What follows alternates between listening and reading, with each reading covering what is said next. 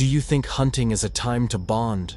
A peaceful escape into the deep woods, rustling leaves, crisp air, and the breath of nature? But sometimes, it's in those remote, empty places that something or someone is watching you. A scream echoing from the cliffs. A figure wearing the exact same clothes as you. And a stranger standing behind a tree who knows exactly who you are. Turn off the lights, put on your headphones, and get ready to enter 3 chilling true stories about hunting trips that still haunt those who lived through them. Story 1. The Scream on the Cliff. My name is Dylan, and I've never forgotten that night, the night that made me look at my tough, fearless father in a completely different light. When I was 16, my dad and I would often go camping and hunting in the western mountains. He was the rugged type, thick beard, flannel shirts, a spotless hunting rifle, and nerves of steel in any situation. To me, fear was something he just didn't have. We set up camp at the base of a tall cliff, our favorite spot from previous trips. The sky was clear that night. No wind, no sounds. Perfect for an early hunt the next morning. My dad was in the tent softly humming an old Bob Dylan tune, something he always did before falling asleep. I was just about to drift off when I felt a shake. My dad, already dressed and wearing his pack, whispered urgently, "Dylan, get up. We have to go." I mumbled, assuming I overslept, and he was mad we'd missed our chance to hunt. "Sorry. Is it morning?" He shook his head. His face looked tense. And then I heard it. A scream, echoing down from the cliff above. It stretched out, screeching like bending metal, then stopped for a few seconds, before screaming again, over and over. Like someone wasn't screaming from pain, but screaming to call someone. I asked him, "Is that a fox or a deer call?" He didn't answer, just quietly shoved more rounds into his pocket and muttered, "No. I've never heard anything like that before." Then he pressed the rifle into my hands inside the tent, something he'd never ever allowed before. When we stepped outside, I looked up and I swear, I saw a dark silhouette standing right at the edge of the cliff, motionless, staring down at us.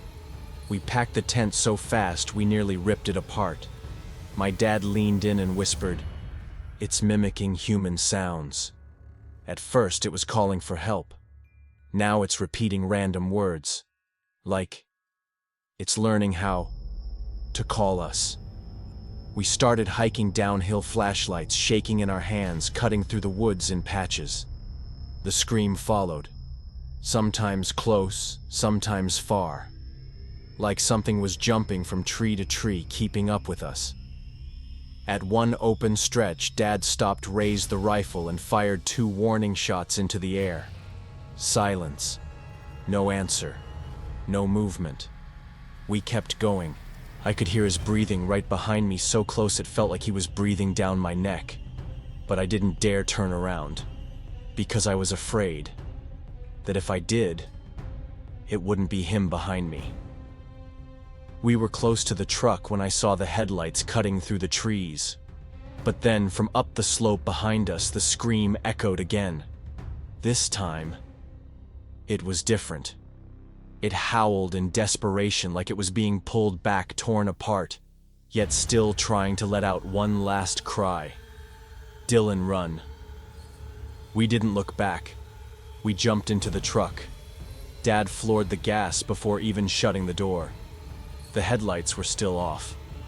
As we turned onto the trail, I glanced at the rearview mirror, and I saw it, a tall figure standing in the middle of the path, like it had gotten there before us. Once we hit the main road, I broke down crying. I don't know if it was the fear, the exhaustion, or the fact that for the first time in my life, I saw my father trembling. We never told anyone about what happened. My mom never found out.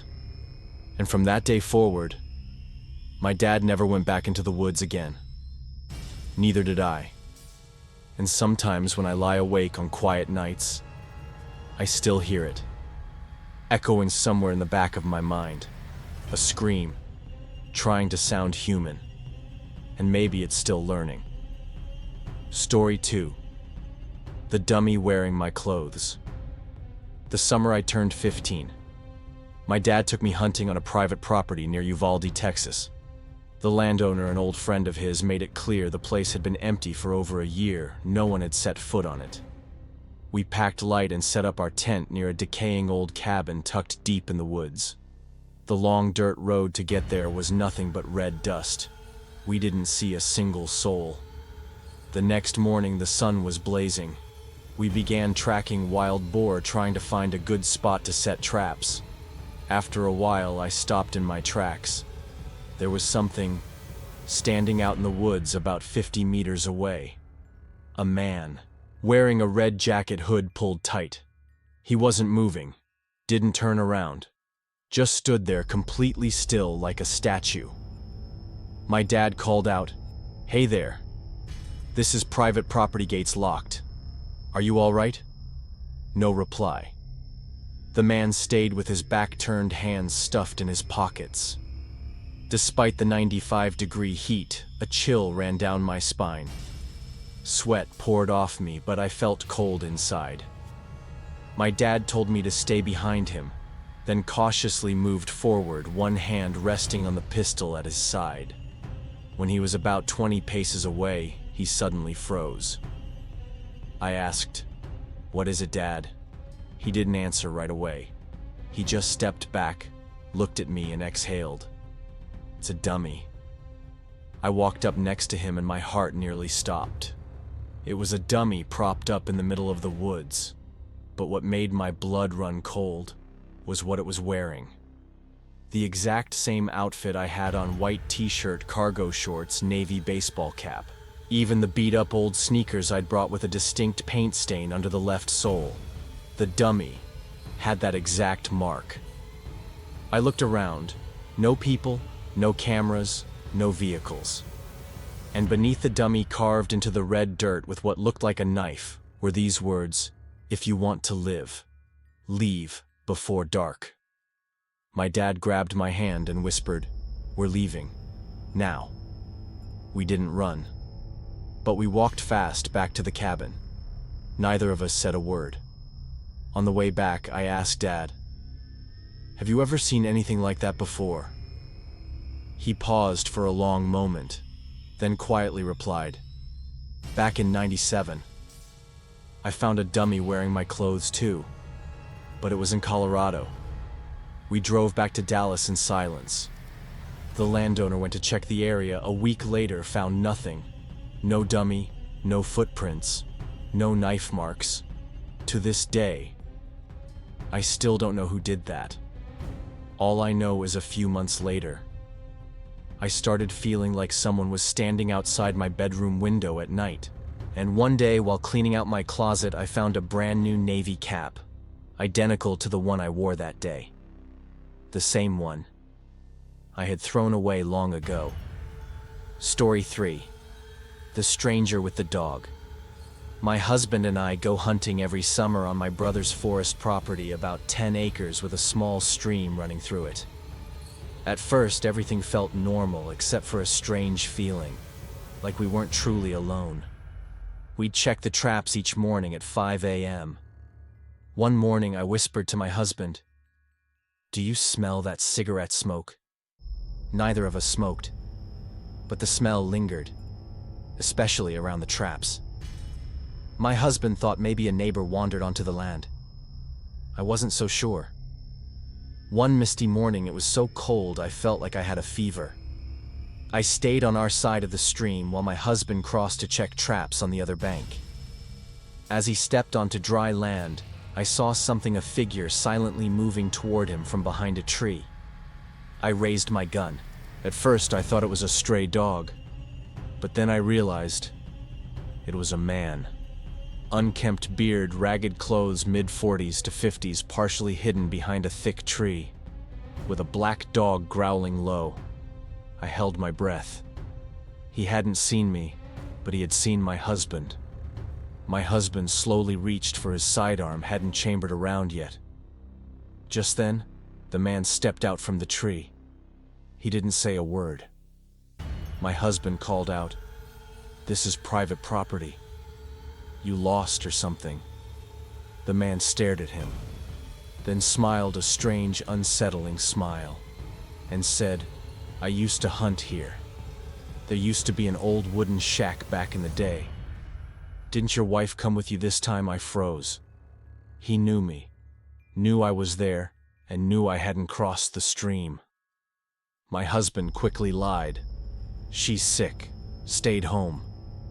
The man smiled again, whistled.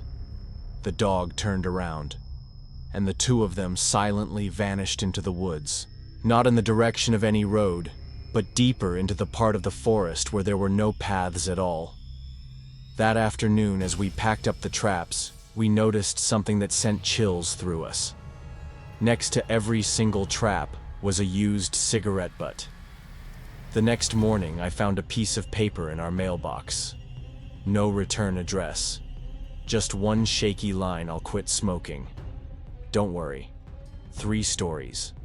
3 moments that made even the most seasoned woodsman drop everything and flee in silence. You can bring flashlights, maps, and loaded rifles, but you'll never truly know what's waiting for you in the dark. If you've ever had a terrifying experience while hunting, camping, or deep in the woods, share it in the comments. Who knows? Your story might be the next haunting tale told here. Thank you for listening. Until next time, in the whispers of the forest.